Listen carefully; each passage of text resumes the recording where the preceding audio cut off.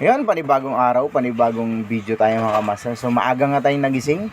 Nagising ako ng 3:30 mga kamaster. So mahaba pa yung oras natin kasi 6:30 yung pasok natin. So napagpasyahan kong maglakad-lakad muna mga kamaster para magising naman yung ating mga ugat-ugat at dumaloy ng sakto yung ating dugo.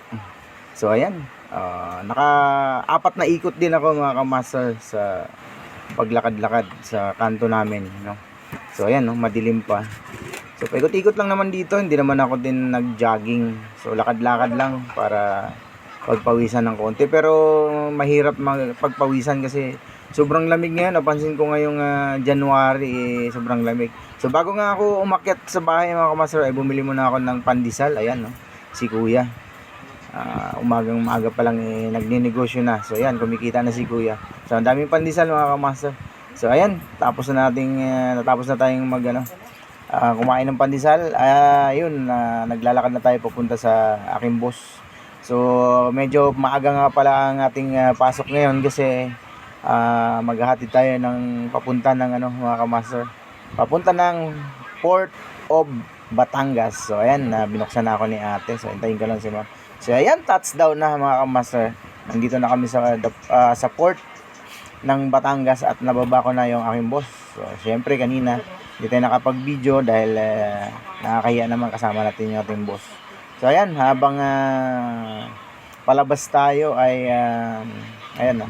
So napakaraming nagbago dito sa Batangas. So ayan, dito ko hinatid yung aking boss sa Batangas Port.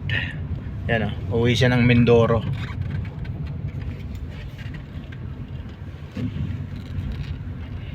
So ayan, ang bilis lang ng biyahe, puro Skyway, Star Toll ang mga dinaanan natin at sa mga yun, may bago bukas pala dito na flyover sa diretso ka na kaagad ng sa paglabas mo ng Star Toll diretso ka na kaagad ng ayan, Batangas Port. Yan, shoutout sa mga taga mga kamaster taga Batangas. Ayan, ang ganda ng ninyo, ang ganda ng Batangas ngayon, sobrang ganda mga kamaster. Ayan, ang tagal kong hindi nakapunta dito sa yun, papuntang pier. Ang tagal, 2011 kong huling punta dito. Naghatid din ako ng pasahero, pero ang daming nagbago mga kamaster.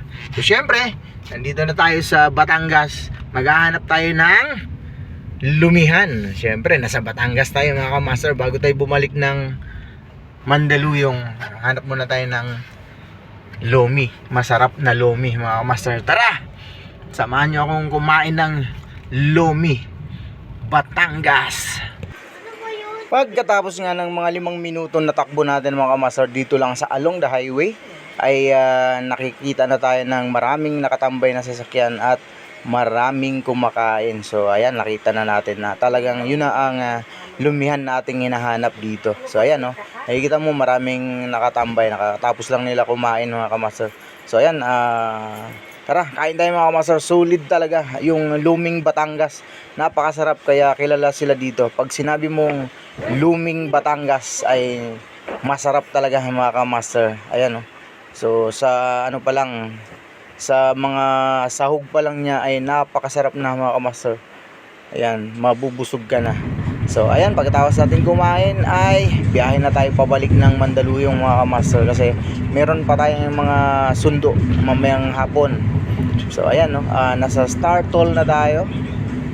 Ayan, so ang nakalagay dito sa Waze ay 2 oras lang at saka 20 minutes mga kamaster mula dito sa Batangas Port na ating pinanggalingan. So kaya mabilis lang yung biyahe mga kamaster kasi nakita nyo naman walang ka-traffic at puro yan ang dinadaanan natin, Star Toll at SLEX, South Luzon Expressway. Tapos ang pinapadaanan niya sa atin ay Skyway na tumbok na yung Pedro Hill sa Skyway Stage 3.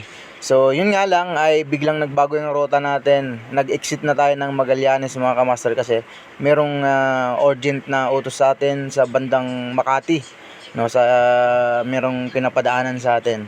So ayan, nasa Ayala Tunnel na tayo. Napakabilis lang ng biyahe mga kamaster. Medyo traffic lang dito sa ayan, tunnel kasi tanghali na, so nagbukas na yung mga mall.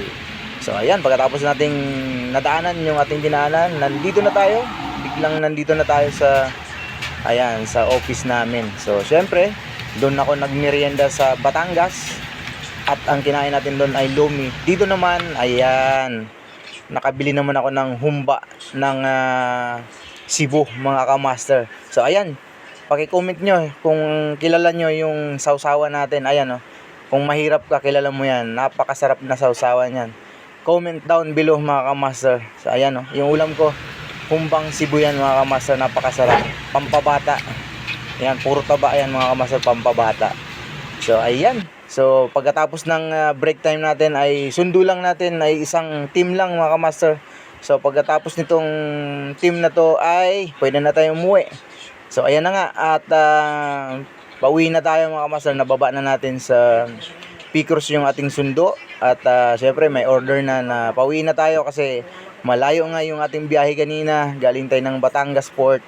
So ayan, makakauwi tayo ng maaga. At syempre dito sa trabaho namin ay bihirang-bihira lang ang makakauwi ka ng may araw pa. Ayan, oh, pauwi na tayo. Naglalakad na tayo papunta sa bahay, mga kamaster. So ang lakad ko lang dito ay 7 to 8 minutes.